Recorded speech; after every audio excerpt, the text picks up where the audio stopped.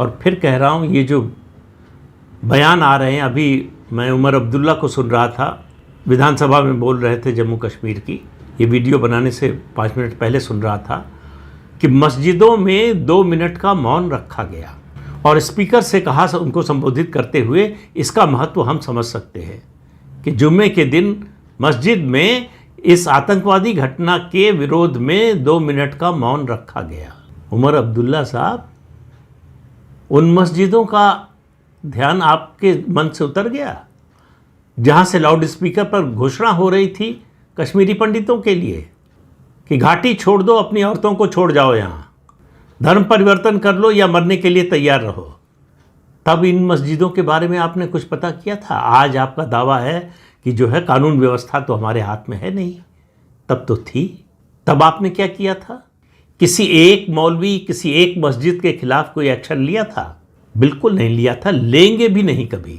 न तो आपकी हिम्मत है और न ही आपकी इच्छा है। एक लड़ाई तो मोर्चे पर यानी सीमा पर लड़नी है, जो सेना लड़ेगी। उस लड़ाई में किसी तरह की कोई समस्या नहीं है। हमारी सेना, हमारी फौजें जिस तरह की उनकी तैयारी है, जो उनकी क्षमता है, उसमें कोई संदेह नहीं है कि मुंह तोड़ जवाब दिया जाएगा। लेकिन वो एक पक्ष है सिर्फ। वो एक्शन जो है एक तरह से पेड़ की टहनी काटने जैसा है। इस आतंकवाद के पेड़ को जड़ से खत्म करने का नहीं।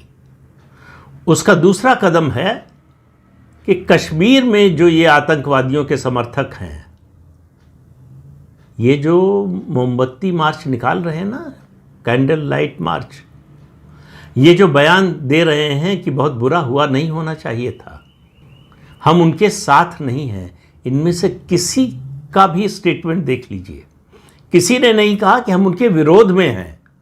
ये अलतकैया का समय चल रहा है। घिर गए हैं चारों तरफ से। मालूम है कि एक शब्द बोला उनके समर्थन में और जो है सुरक्षा एजेंसियां हमारे दरवाजे पर पहुंच जाएंगी। तो ये अपनी जान बचाने के लिए कैंडल मार्च निकाल रहे हैं, इस तरह के बयान दे रहे हैं कि हम जो है ऐसी घटनाओं का समर्थन नहीं करते। ये घटनाएं होती ही इसलिए हैं कि आप समर्थन करते हैं, सहायता करते हैं, हर तरह की सुविधा उपलब्ध कराते हैं उन आतंकवादियों को। क्योंकि आपके दिल में, जो एक मुस्लिम महिला ने कहा था कश्मीर की, वो बिल्कुल सही बात थी कि हमारे दिल में पाकिस्तान बसता है। तो जिनके दिल में पाकिस्तान बसता है वो भारत के सबसे बड़े दुश्मन हैं।